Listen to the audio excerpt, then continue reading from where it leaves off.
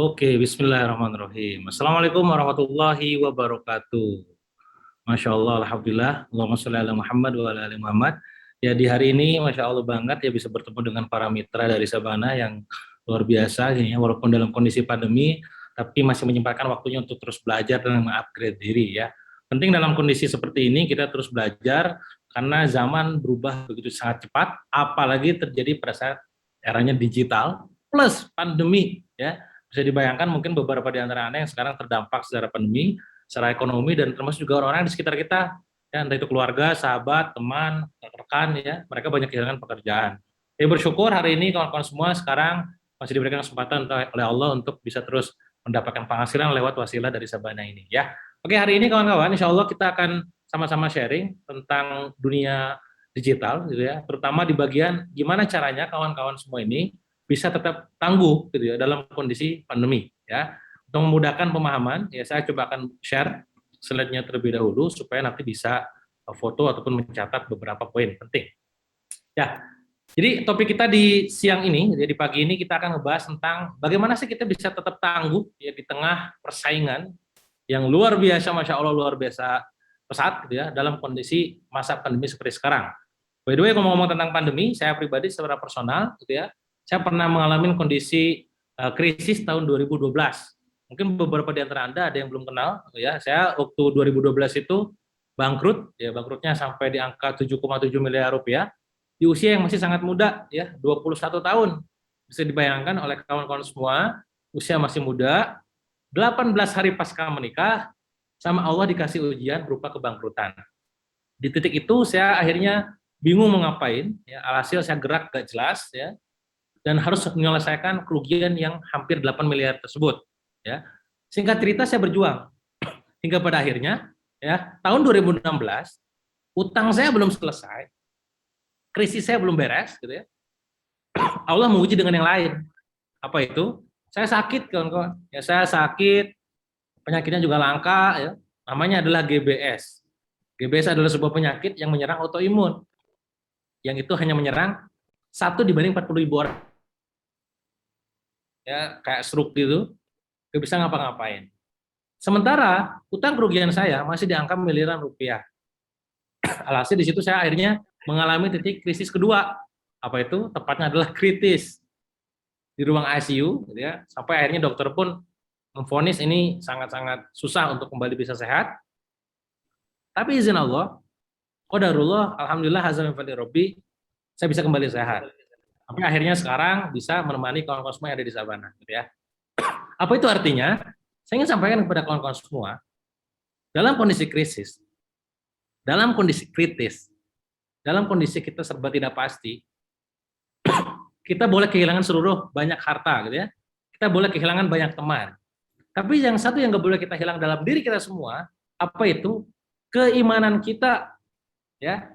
Jadi dulu teman-teman semua, saya waktu kuliah, saya masih ingat, ada kondisi di mana saya kuliah di mata kuliah kimia fisika, ya, bayangkan ya, kimia fisika. Waktu itu saya ujian ya sama dosen itu diuji dengan secara tiba-tiba. Jadi dosen masuk, ya, kucur-kucur masuk ke kelas, kasih soal. Kita langsung terpana dan bingung gitu. Ini ujian, gitu kan? Hasil ya dibagiin tuh kertas. Kertas kita nerima, lihat soal, buset, soalnya pusing gitu kan. Kita ngerjain lah dengan sepengetahuan kita masing-masing dan singkat cerita juga akhirnya di 2 minggu kemudian diumumkan tuh di mading kampus. Pas diumumkan di mading kampus, pengumumannya ada tuh, yang nilai A siapa, yang B siapa, yang C siapa gitu kan, yang D siapa dan E siapa. Ternyata alhamdulillah saya dapet C, gitu ya. Ya walaupun apa namanya cukup buruk tapi nggak ngulang lah gitu ya. Yang menarik adalah di antara semua mahasiswa yang dapat D dan E itu lebih banyak, dan akhirnya membuat salah seorang di antara mahasiswa itu angkat tangan pada saat sesi di kelas, gitu ya. Saat di kelas ngacung gitu ya, Pak, saya mau nanya. Pertama, pertanyaan saya adalah, Pak, kenapa kemarin pada saat ujian Bapak kok ngasih taunya dadakan, gak dipersiapkan dulu gitu. Sementara kan kita nggak pernah dikasih tahu bahwa nanti bakal ada ujian. Ini gimana ini? Itu nomor satu. Kedua adalah Bapak ngasih soal, kok soalnya ini kok nggak pernah dibahas di kelas gitu. Nah, pada saat udah nanya gitu ya, tiba-tiba si dosen bilang ke mahasiswa, ke kita semua bahwa posisinya adalah dia bilang gini, kamu Kamu mahasiswa kok posisinya udah kayak siswa? Gitu. Loh, maksudnya apa Pak? Kamu tuh harusnya mikir dong. Kenapa? Ya kamu tuh mikir, itulah yang namanya ujian, kata dia. Kalian bayangkan ya, itulah yang dinamakan dengan ujian. Maksudnya gimana Pak? Ya ujian tuh begitu. Suka-suka saya, mau kapan ujiannya, plus kamu nggak harus ngalamin dulu untuk menerima ujian tersebut. Ya, waktu itu saya sama mahasiswa yang lain tuh mikir bahwa ya dulu tegang ya, waktu itu tentu tegang, tapi ya dipikir-pikir gitu ya, itu benar nggak? Coba sekarang teman-teman semua gitu ya di sana mikir deh gitu. Bayangkan bagaimana ujian kehidupan itu ya begitu. Ya tiba-tiba datang gitu kan, tiba-tiba menempa gitu ya. Walaupun kita sekarang kondisinya adalah tidak merasa tidak bisa menyelesaikan dan melaluinya.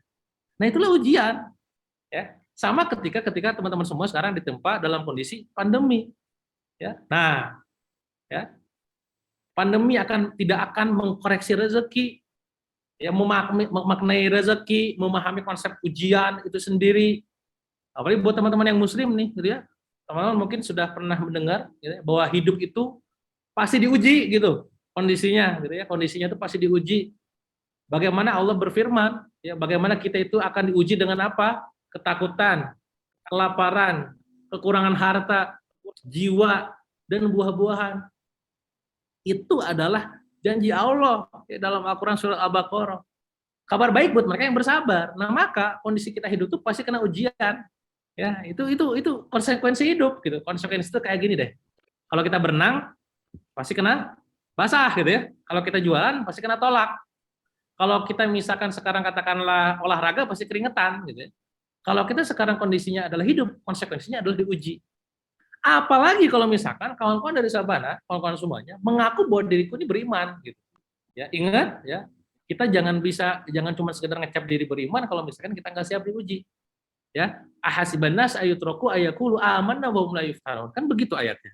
Dalam surat Al-Ankabut ayat 2. Itu menunjukkan kalau kita beriman itu pasti diuji sama Allah. Ya, termasuk tentang ujian rezeki. Katakanlah kita sekarang kehilangan banyak customer, diambil sama kompetitor, kita kehilangan demand yang karena permintaan dari pasar itu menurun, ya. Padahal di satu titik kita punya utang, misal gitu kayak saya dulu ya. Utang saya misalkan 100 juta, ya. Sementara income saya sekarang masih di angka 5 juta, itu gimana? Tapi lagi-lagi tentang keimanan, teman-teman semua, bahwa Allah berjanji, "May yattaqilla ja'alhu makhraja wa yarzuqhu min haitsu la yahtasib." Bahwa ada rezeki yang tidak disangka-sangka yang akan datang pada kita gitu. Jadi intinya adalah tentang konsep keimanan. Lagi-lagi saya bilang, katakan kepada kawan-kawan semua gitu ya, oh bolehlah pandemi ini terjadi gitu ya, sudah menelan dan dapat banyak korban, entah korban nyawa maupun korban secara ekonomi, tapi satu yang nggak boleh kita jangan sampai hilang, apa itu? Keimanan kita. Keimanan bagaimana kita tidak mungkin diuji oleh Allah kalau kita tidak bisa beresin. La yukallifullahu nafsan illa wus'aha, kan gitu. Ya. Kita gak mungkin diuji kalau kita gak mungkin bisa bangkit kalau kita gak bisa bergerak. Gimana ya Kang, saya kok kayaknya pandemi ini omset jadi turun, income jadi turun. Ya kalau cuma ngeluh doang ya gimana mau naik gitu. Ya. Innallaha la yughayyiru ma biqaumin hatta yughayyiru ma bi anfusihim. Kan gitu dalilnya. Allah tuh gak mungkin mengubah kita kalau kita gak mengubah diri sendiri gitu. Ya tapi sampai kapan Kang? Pandemi ini udah berjalan berlama-lama. Ya kompetitor juga makin kesini makin banyak. Income saya makin berkurang gitu. Tapi kawan-kawan coba ingat kembali dalam Al-Quran. Fa inna ma'al usri yusra, inna ma'al usri yusra. Setelah kesulitan akan ada kemudahan. Ya tapi gimana Kang, saya kondisinya lagi terpuruk. Misalnya ini ya, misal ada di antara kawan-kawan semua yang berpikir seperti itu. Ingat petuah guru saya selalu menekankan gitu ya. Kuncinya adalah bantu orang lain dahulu, dibantu Allah kemudian. Sering-sering nolong orang, ya, ridho terhadap setiap pencapaian orang, bantu orang yang sedang lagi kena musibah gitu kan. Karena yang kita bantu ke mereka itu insya Allah akan balik ke kita. Gitu. Al jazaa'ul ihsan illal ihsan. Jadi sekali lagi kawan-kawan, memahami konsep tentang pandemi ini, ya, sekali lagi ini adalah sebuah ujian keimanan. Bagaimana kita buat teman-teman muslim, apalagi rukun iman ada berapa, saudara-saudara? Ya? Ada 6 ya. Nomor 6 apa? Qada dan qadar. Qada dan qadar itu, qada itu adalah menerima ketetapan Allah yang baik dan buruk, termasuk pandemi. Tapi satu hal yang perlu kita yakini, seperti apa yang saya cantumkan dalam slide ini, pandemi ataupun resesi kawan-kawan tidak akan mengoreksi rezeki kita sedikit pun. Sekali lagi, tidak akan mengoreksi rezeki kita sedikit pun. Maka kita penting mengimani hal ini, ya, penting mengimani hal ini, dan dari keyakinan inilah turun menjadi bentuk mindset, pemikiran, belief. Sekali lagi saya katakan, boleh kita kehilangan uang, boleh kita kehilangan penghasilan, boleh kita kehilangan pelanggan, boleh kita kehilangan konsumen, ya. Satu yang nggak boleh hilang, apa itu? Keimanan kita pada Allah, ya. Nah, termasuk turunan-turunan mindsetnya nih. Nah, maka kawan-kawan semua, kalau misalkan kawan-kawan pengen tetap tangguh dalam kondisi pandemi kayak seperti sekarang, gitu ya, yang pertama yang perlu kita kendalikan adalah mindset kita. Jangan izinkan diri kita punya mindset yang aneh-aneh, buruk sangka sama orang, menyalahkan orang lain, ya, menyalahkan sebuah sistem, menyalahkan pemerintahan atau apapun itu. Walaupun kita bisa jadi melihat ini gara-gara ini, boleh saja itu adalah bagian dari dakwah gitu. Tinggal gimana caranya kita bisa lebih baik lagi dengan tetap berpikir positif. Nah, menarik kawan-kawan semua gitu ya, bahwa ternyata kalau dalam dunia mindset gitu ya, dalam mindset itu ada dua jenis. Ini saya nggak tahu Anda termasuk yang mana. Ada yang disebut dengan growth mindset, ada yang disebut dengan fixed mindset. Apa itu growth mindset? Growth mindset adalah yang bikin orang jadi tumbuh. Sementara fixed mindset yang bikin orangnya ya gitu-gitu aja. Jadi sekarang Anda coba ngaca diri sendiri masing-masing gitu ya. Kalau selama ini kita ini hidup gitu-gitu aja, gitu ya, gini-gini aja, bisa jadi mindset kita fix. Sementara ya kalau kita pengen bertumbuh, yang pertama kali mesti ditumbuhkan adalah mindset kita sendiri, bukan yang lain. Mindset kita sendiri. Nah, sekarang mari kita lihat, ya. Apa itu contoh orang-orang yang punya pemikiran fixed mindset? Sekali lagi di sini kita sama-sama belajar dan saling mengingatkan satu sama lain. Jika seandainya termasuk Anda di bagian ini, bisa jadi Anda fixed mindset. Apa itu? Menghindari tantangan. Gak suka kalau ada tantangan. Gak suka kalau ada target. Gak suka kalau ada misalkan challenge-challenge gitu ya. Nah, ini yang perlu kita koreksi. Oh, ini jangan-jangan buat kita jadi fixed mindset. Hidup gini-gini aja. Ya. Yang kedua, memiliki hambatan. Aduh, saya mah gaptek. Aduh, saya mah udah tua, misalkan. Aduh, saya mah orang kampung, misalkan. Ya, pemikiran-pemikiran seperti ini hanya membuat kita jadi bertumbuh. Ya, menolak kritikan ketika diberi masukan, Anda nggak nerima. Ketika dikritik, Anda baper. Nah, ini jadi bahaya. Padahal kalau kita pengen bertumbuh, nggak demikian. Berharap reward tanpa kerja keras. Tiba katakanlah dari kawan-kawan Sabana memberikan sebuah reward gitu ya. Tapi Anda nggak mau bekerja keras. Ya. Pengen omsetnya nyampe puluhan juta, belasan juta, puluhan juta, bahkan banyak banget gitu. Laris manis terus. Tapi Anda nggak mau kerja keras, nggak bisa. Mudah menyerah dan putus asa, ini juga nggak mungkin bisa. Ya, orang-orang yang seperti ini, yang merasa bahwa udah gagal sekali, gagal selamanya, misalkan, adalah orang-orang yang fixed mindset.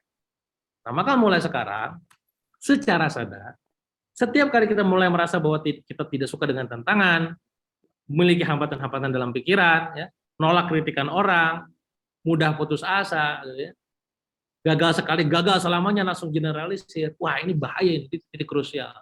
Baiknya gimana, Kang? Nah ini, orang-orang yang punya growth mindset adalah orang-orang yang suka dengan tantangan, ya, suka dengan segala challenge, ya, suka dengan target-target dan angka-angka, dan dia punya cara untuk menghilangkan hambatannya. Ya misalkan mulai sekarang terbiasa, biasakan, kadang yang sering kali kita terucap dalam pikiran tuh, aduh bingung, misalkan, ya. So mulai sekarang coba Anda terapi bicara Anda sendiri gitu ya, ubah kata bingung dengan menarik. Ini cara terapi kita nih. Setiap kali kita ngomong bingung, aduh bingung, menarik juga ya, diubah. Atau misalkan setiap kali ngomong sulit, susah gitu ya, ubah jadi menantang. Wah, menantang juga ya gitu. Walaupun sambil garuk-garuk menantang juga gitu. Tapi itu membuat efek yang luar biasa beda.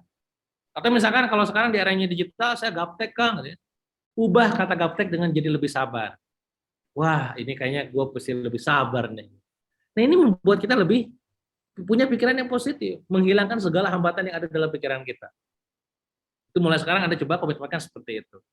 Menerima kritikan ketika orang lain mengkritik, ya partner kita, ya atau mungkin customer kita, pasangan kita, namun Anda terima kritikan tersebut. Karena itu bagian dari pertumbuhan. Ya, ketika Anda pengen reward, ya kerja keras memperjuangkan itu. Gak cuma sekedar Anda ngejar sebuah reward, tapi Anda gak mau kerja keras, gak mungkin Anda bisa berhasil. Ya, tidak pernah putus asa dan nyerah, dan selalu belajar dari kegagalan. Nah, ini poin-poin yang perlu kita perhatikan setiap kali kita pengen bertumbuh. Ya, sekali lagi, setiap kali kita pengen bertumbuh, maka monggo diperhatikan poin-poin seperti tadinya tuh. Jangan sampai kita pada saat pengen bertumbuh, jualannya makin laris manis gitu ya. Tapi ternyata cara berpikir kita masih fixed mindset. Sekali lagi fixed mindset, hati-hati ya. Oke, saya akan lanjutkan. Ini mohon untuk teman-teman semua, audiens, untuk tidak coret-coret ya, karena settingannya masih ada di kawan-kawan nih, supaya annotate-nya nggak aktif ya. Oke, lanjut. Nah, apa sih contoh-contoh kata yang sering kali terungkap pada orang-orang yang punya fixed mindset? Saya menyerah, ya. Ini terlalu sulit, Kang. Saya mah gaptek, gitu kan. Saya nggak ngerti Facebook Ad, saya nggak ngerti Instagram, saya mah apa gini nggak bisa. Tuh kan hasilnya nggak bagus, saya mah nggak bakat nih. Dia jago banget ya, gitu kan. Saya nggak bisa sejago dia. Ini sudah cukup bagus, merasa cepat puas. Saya memang hebat di bidang ini, sudah merasa paling hebat. Ini yang seringkali muncul dari kata-kata orang yang punya fixed mindset. Baiknya gimana, Kang? Baiknya yang kanan, yang warna kuning. Nah, contohnya adalah misalkan berpikir bahwa saya akan gunakan cara yang berbeda deh supaya hasilnya lebih baik. Ya, ini hanya perlu waktu dan usaha lebih lama. Saya akan belajar lebih serius lagi. Saya akan promosi lebih masif lagi, gitu ya. Apa yang lagi yang terlewat ya kira-kira supaya hasilnya lebih baik lagi? Apakah ini benar-benar hasil yang terbaik yang saya bisa lakukan? Ya, saya melakukan ini sesuai dengan cara yang tepat sehingga hasilnya bisa bagus. Gitu. Nah, inilah kebiasaan yang perlu kita tanamkan dalam pikiran kita supaya kita punya yang namanya growth mindset. Ya, sekali lagi, butuh perubahan mindset agar terjadi perubahan omset. Sekali saya ulangi, butuh perubahan mindset supaya terjadi perubahan omset. Ubah mindsetnya, berubah omsetnya. Itu mantranya tuh. Ubah mindsetnya, berubah omsetnya. Jadi setiap kali teman-teman pengen meningkatkan omset penjualan gitu ya, di outletnya masing-masing, ya, di cabangnya masing-masing gitu. Yang pertama kali kita ubah adalah mindset kita dulu. Ya, jangan dulu ngomongin tentang skill jualan. Mindsetnya udah tepat nih. Ya, nah, kawan-kawan, ini bukan kata Dewa Eka Prayoga. Sekali lagi, ini bukan tentang kata saya ini. Akang mah ngada-ngada. Oh tidak, ini hasil penelitian. Ternyata ada sebuah hasil riset yang menunjukkan, gitu ya, hasil dari riset namanya Carol Dweck, pembentuk growth mindset itu hanya ada 5. Satu adalah challenge, ya. 2 adalah obstacle, adanya hambatan yang bisa terselesaikan. 3 adalah kritikan-kritikan yang membangun.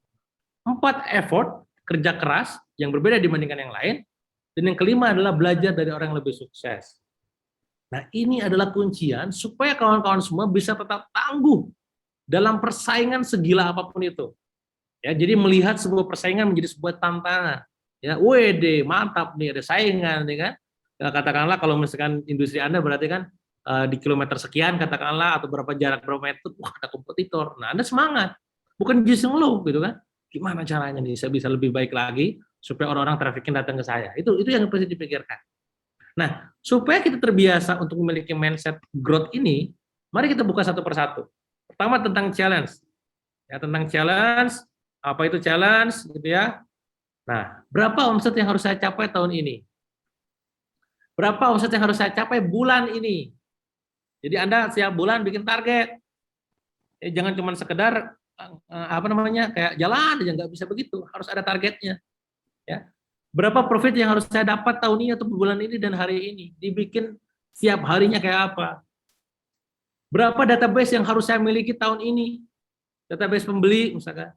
Ya, ataupun data-data mereka, pokoknya intinya gimana caranya kita punya database mereka, dan berapa pieces produk, porsi ataupun pieces ataupun yang terjual setiap harinya dan tahun ini. Nah, ini ada targetan. Poin pentingnya adalah setiap kali Anda berjualan, ada targetnya, ada angka-angkanya. Jangan cuma sekedar buka outlet, misalkan, ya jualan, ya udah tunggu doang, diem, gak ada target, gak ada aktivitas harian, ya gimana mau bertumbuh? Jadi sekali lagi, biasakan mulai dari target-target dan angka-angka yang bisa bikin kita untuk tertantang melakukan itu. Sekarang coba Anda lakukan juga boleh simulasi. Karena kalau misalkan nontonnya sekarang lewat handphone ataupun lewat laptop, sambil coret-coret, coba tulis deh. Kira-kira omset Anda di bulan ini mau berapa? Omset Anda di bulan depan mau berapa? Ya, profit Anda mau berapa? Database Anda mau berapa banyak? Bisnis yang terjual mau berapa banyak? Itu dibiasakan kayak begitu. Kalau ini bahasanya adalah tahunan, mungkin yang Anda lakukan adalah bisa per bulan, per hari, agar Anda nantinya bisa bertumbuh dengan angka-angka tersebut. Ya, sudah? Monggo dilakukan, Anda checklist itu ya, tulis coret-coret dulu aja. Nanti ini bisa lakukan di rumahnya masing-masing untuk lebih pendetailannya. Ya, oh berarti untuk mendapatkan omset katakanlah 5 juta, untuk mendapatkan omset 1 juta, mendapatkan omset 10 juta, saya harus menjual sekian pieces. Piecesnya, misalkan kejualnya adalah A, B, C, D, E, dan seterusnya. Itu perlu ada kayak begitu aja. Ya, itu nomor satu. Jadi Anda perlu punya yang namanya yang bisa membuat Anda bertumbuh dan terpicu untuk mengejar. Jangan cuma sekedar jalan doang, tanpa ada arahan targetan. Itu nomor satu. Kedua, obstacle. Apa itu obstacle? Apa sih hambatan internal Anda yang membatasi diri Anda akhirnya susah tumbuh? Ya kalau Anda sekarang merasa misalkan moody, mood-moodan, ya, nggak semangat, merasa diri gaptek, lagi, merasa diri udah tua, misalnya, merasa diri Anda orang kampung, misalnya. Nah, ini hilangkan ini. Tulis dulu deh kira-kira apa, dan itu tidak membantu Anda untuk sukses loh. Tidak membantu Anda untuk sukses. Ya, jadi itu mulai dihilangkan. Setiap kali Anda sekarang mengalami kondisi bahwa aku mah gaptek, aku mah nggak bisa, aku mah nggak ngerti, misalkan. Langsung Anda cancel. Ah, aku mah nggak gitu. Aku orangnya adalah pembelajar. Ya, ada sebuah metode, namanya adalah metode craft, ya, CRAFT, silakan Anda tulis. C-nya apa? Cancel. Batalkan kalimat pikiran negatifnya. Oh, saya mah kayaknya nggak bisa dinulis kayak gitu. Saya nggak bisa dipromosi masif itu. Kayaknya saya nggak bisa deh. Nah, itu langsung batalkan. C-nya adalah langsung cancel. R-nya adalah replace. Ganti dengan kata yang positif. Menarik nih, menantang nih, supaya lebih baik lagi. Wah, ini asik juga ya jualan. Langsung ganti. A, apa itu A-nya? Afirmasikan, affirm. Ya. Afirmasikan setiap saat. Oh, aku mah orangnya antusias, aku mah tertantang kalau ada target-target baru, kalau ada kompetitor baru misalnya. Ya. F-nya fokus. Fokuskan dengan pada kalimat yang positif saja. Jangan sampai Anda nanti melakukan sesuatu yang hanya memang negatif terus gitu bawaannya. Yang terakhir adalah T, train, latih dengan berbagai macam kondisi.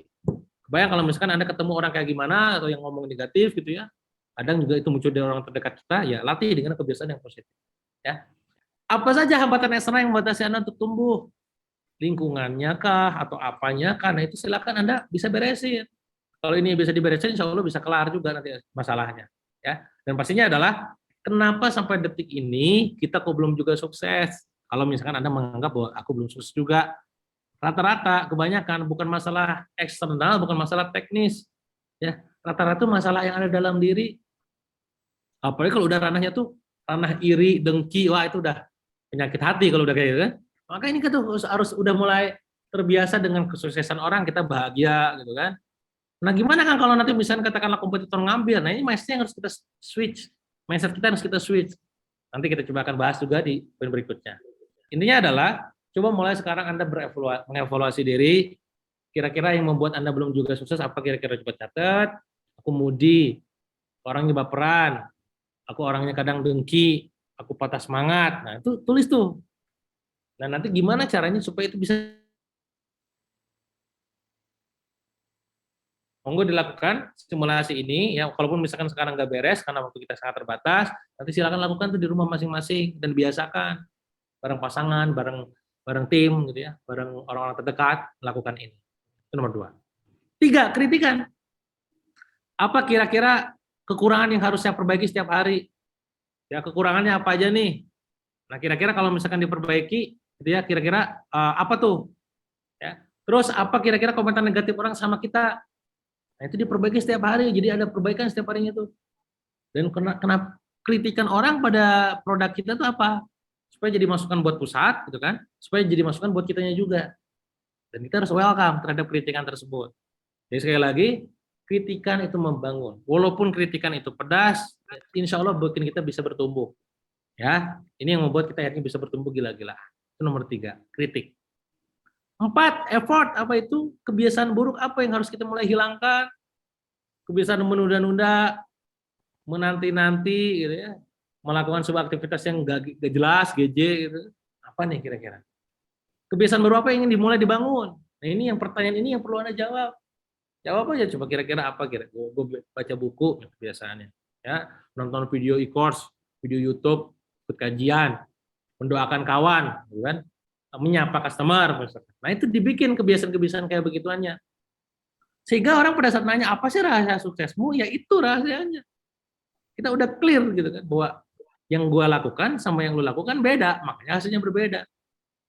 Jadi sekali lagi, yang kita bisa lakukan dalam kondisi kayak sekarang adalah kita ikhtiarnya yang kita perlu ubah. Karena hasil itu ranahnya Allah. Ya, tugas kita mah berikhtiar semaksimal mungkin. Ya, walaupun dari bagian dari ikhtiar itu sendiri bukan penyebab jatuhnya rezeki ya. Jadi sudah Allah tetapkan ada beberapa orang yang memang tidak berlakukan ikhtiar, tidak kerja secara maksimal, hanya menggunakan pikirannya, otaknya bisa ngasilin sales ataupun revenue ataupun offset secara signifikan. Ya. Itu nomor 4. Nomor 5. Belajar dari orang yang lebih sukses. Jadi Anda perlu belajar, ya jangan sampai Anda juga selain jualan, Anda juga perlu upgrade ilmu. Nah makanya saya sekarang mengapresiasi kawan-kawan semua sekarang para mitra yang hadir di hari ini, gitu ya. Saya yakin Anda sibuk, saya yakin Anda meluangkan waktu, gitu, jadi saat mungkin family time, gitu ya. Anda masih meluangkan waktu untuk belajar. Dan ingat teman-teman semua supaya belajarnya bisa lebih berkah, manfaat, mudah paham, kita perlu berdoa kepada Allah, perlu meminta, gitu kan, bagaimana Allahumma zidna ilma, Rabbi zidni ilma, warzuqni fahma, tambahkanlah ilmu kepadaku, berikan pemahaman rezeki. Jadi kalau ada di antara Anda yang sekarang itu katakan aku nih kalau tiap belajar kok loading ya, kalau olah yang mikirnya, bisa jadi kita nggak doa dulu sama Allah, nggak minta dulu sama Allah, karena Allah yang memberikan rezeki berupa pemahaman, minta dulu tuh makanya. Ya. Nah, ini tentang hal-hal yang memang perlu kita lakukan supaya kita punya mindset yang growth. Harapannya ketika growth mindsetnya berubah, income-nya bertambah. Mindsetnya berubah, omsetnya berubah. Kan begitu. Ya. Nah, jadi mantranya, nah ini quote-nya buat kawan-kawan semua ya, ubah mindsetnya, berubah omsetnya. Ubah mindsetnya, bertambah income-nya, kan begitu. Ya. Jadi artinya kalau misalkan Anda pengen menggenjot omset penjualan di outlet masing-masing, gitu ya, pengen menggenjot penghasilannya masing-masing, yang pertama kali diubah adalah mindsetnya dulu. Kalau bicara masalah skill teknis itu nomor sekian, bisa mengikuti gimana caranya melakukan promosi, gimana caranya melakukan teknik upsell, gimana caranya average sekali penjualan bisa besar, gitu ya. Itu nomor sekian. Yang penting mindsetnya dulu yang perlu kita ubah. Muncul pertanyaan, mindset apa lagi ya yang perlu dimiliki agar kita bisa bertumbuh gila-gilaan. Nah, terutama mindset tentang rezeki, teman-teman. Sekali lagi, mindset tentang rezeki. Contoh gini, saya memahami bahwa rezeki itu adalah 3 hal, misalkan. Ya, ma akala wa syariba, apa yang kita makan dan yang kita minum, ma labisa, apa yang kita pakai, ma anfaqo, apa yang kita infakkan. Artinya, kalau sekarang kita melakukan, katakanlah belanja nih, misalkan, makanan, minuman, tapi nggak dimakan, nggak diminum, itu bukan rezeki kita. Kita punya baju banyak di lemari, nggak pernah dipakai. Punya mobil 2, punya motor 2, nggak pernah dipakai. Bukan rezeki kita. Ya. Nah, maka supaya jadi rezeki gimana? Ya disedekahkan, infakkan, gitu kan. Nah, sama termasuk juga konsep rezeki yang lain. Contoh, apa itu Kang? Strategi bisa di copy. Rezeki tak bisa dipaste. Ya. Strategi kita ditiru sama kompetitor. Ya, dia juga bikin booth, dia bikin promo harga diskon. Dia bikin lokasinya dekat-dekat kita, misalkan. Wah, persis pokoknya mas strateginya di copy gitu ya. Tapi ingat dalam mindset kita, rezeki gak akan bisa di-paste. Itulah kenapa ada orang yang melakukan hal yang serupa sama persis, kok hasilnya beda ya. Kok hasilnya kayaknya berbeda jauh gitu kan. Karena tidak bisa mempaste rezeki itu gak bisa. Itu ranahnya yang ada di atas gitu. Kita mah hanya bisa meniru apa yang dilakukan di permukaan. Nah, ketika kawan-kawan semua memiliki mindset seperti ini, maka tak ada lagi cerita ibaratnya gini, aduh, market gue diambil kompetitor. Memang secara real demikian, tapi bukan berarti rezekinya diambil. Ya, saya sering bilang tuh ke para agent saya pribadi, ke distributor, dengan pemahaman seperti ini, akhirnya pikirannya lebih tenang, lebih damai. Ya, tapi kan tetap aja kan kompetitor ngambil. Ya, gimana caranya supaya kita bisa memberikan servis lebih baik lagi, bisa mendapatkan atensi lebih banyak lagi dari mereka, sehingga mereka tetap loyal ke brand kita. Itu nomor 1. Jadi tetap posisinya adalah strategi bisa di copy, rezeki tidak bisa dipaste. Itu contoh adalah mindset yang perlu kita tanamkan. Kedua, rezeki sudah tertakar, tak mungkin tertukar. Ya ini penting kawan-kawan semua. Saya kadang kalau bikin perusahaan gitu ya, pada saat timnya ini udah pinter, ada kalanya si tim ini udah keluar, bikin perusahaan sejenis. Itu kan yang asem kayak begitu ya. Atau katakanlah bahkan Anda sendiri gitu ya, bikin perusahaan gitu ya, terus tiba-tiba katakanlah anak buah Anda sendiri tiba-tiba bikin yang sejenis, kan asemnya kayak begitu ya. Tapi ingat ketika pun itu melakukan terjadi demikian, ingat rezeki sudah tertakar, tak mungkin tertukar dan terbawa oleh karyawan Anda. Kebayang kalau kita punya mindset seperti ini, kawan-kawan. Seberat apapun persaingannya, kita tetap damai dalam pikiran. Oh, gak apa-apa, tenang aja gitu. Saya sekarang persaingan, saya industri menciptakan kompetitor kalau saya apalagi. Dunia pelatihan training. Hari ini saya lagi workshop training 2 hari gitu. Wah, mereka pada jago, nanti jadi kompetitor saya kan jadi masalah. Apa yang buat akhirnya saya tenang dan juga damai dalam pikiran? Karena saya punya mindset 2 poin ini. Tadi strategi tidak apa namanya, strategi bisa di copy, rezeki tidak bisa dipaste. 2, strategi rezeki sudah tertakar, tak mungkin bisa tertukar. Poin penting ketiga yang perlu kita catat baik-baik kawan-kawan semua, rezeki itu datangnya dari Allah, bukan dari customer. Ya sekilas kayak mencintai, mendewakan, mendewakan customer. Customer saya ini harus diservis. Ingat, rezeki itu Allah yang datangkan. Wasilahnya lewat customer. Jadi ketika misalkan kita melakukan sebuah ikhtiar, meningkatkan konversi penjualan closing, secamik apapun ke customer misalkan, ya kalau memang bukan rezekinya ya kan tetap aja nggak closing. Sama kayak misalkan ketika ada kompetitor, mau narik nih misalkan, kalau bukan rezekinya kita gitu ya kan tetap ketarik, atau sebaliknya, kalau memang udah rezekinya kita, segila apapun kompetitor melakukan sebuah akuisisi, akan tetap jadi customer kita. Nah, maka sekali lagi, mindset ini yang perlu kita tanamkan dalam pikiran kita. Ya, supaya apa? Supaya kita bisa tetap tangguh dalam kondisi susah sekalipun, dalam sulit sekalipun. Memahami konsep rezeki yang tepat akan melapangkan rezeki secara tidak sadar, kawan-kawan. Ini adalah faktor non-teknisnya. Itulah kenapa banyak orang yang pada saat dia kondisinya itu adalah menerima, wah itu kebaikan datang bertubi-tubi. Nah, maka ada 3 kunci rezeki berkah berlimpah yang selalu juga saya sampaikan, yang selalu menjadi rahasia secret kita gitu ya. Pada kita jalanin bisnis, 1, sabar. Loh ini sama gitu doang, mas saya juga tahu. Lah itu dia masalahnya. Banyak orang yang tahu tapi tidak melakukan. Banyak orang tahu turunin berat badan tapi tetap aja makannya banyak. Ya. Banyak orang yang tahu bahwa jualan itu bisa datangin pelanggan, uang, gitu, tapi tetap gak mau jualan gitu. Nah, sama kayak tentang sabar. Bagaimana beritanya dalam Al-Quran, gitu ya, bahwa orang yang diuji itu akan ada kabar baik buat mereka yang bersabar. Ini level 1 nih, sabar itu udah. Ya kondisi pandemi turun, ini sudah sabar. Tapi sabar bukan berarti diam. Sabar kita harus gerak. Ya, sebagaimana ketika kita melihat fenomenanya Safa Marwah, Siti Hajar, gitu ya, bolak-balik, Safa Marwah, Safa Marwah. Dan sabarnya dia itu kan nggak diam, dia bergerak, gitu. Itu nomor 1. Jadi keberkahan rezeki akan ada pada saat kita bersabar dalam proses memperjuangkan ataupun ikhtiar dalam mengejar rezeki tersebut.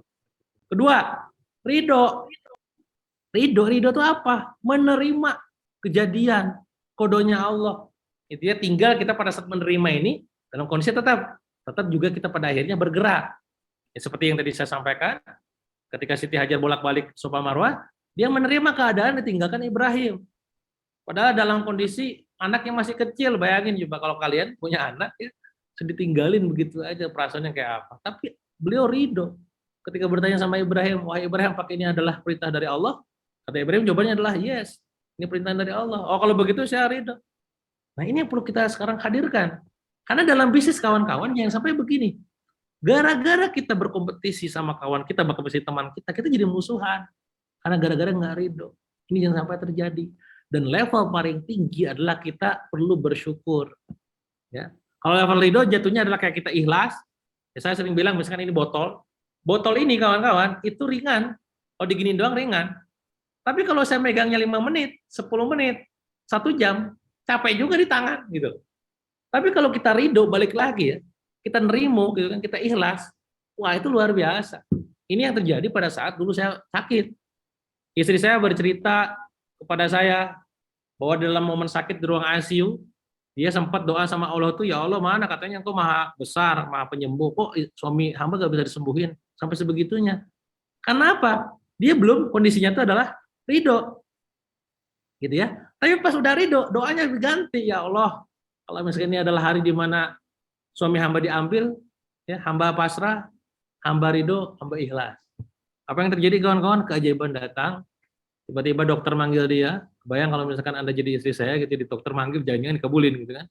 Ternyata saya lepas ventilator. Itu kekuatan, magicnya kita tuh ikhlas dan ridho. Apalagi kalau kita bersyukur dalam setiap kejadian. Ya, dalam Al-Qur'an disampaikan wa in ta'azzana rabbukum la in syakartum la azidannakum wa in kafartum inna adzabi lasyadid. Jadi dalam kondisi berapapun omset kita, closingan kita hari ini, ya, berapapun angkanya tetap kita syukuri.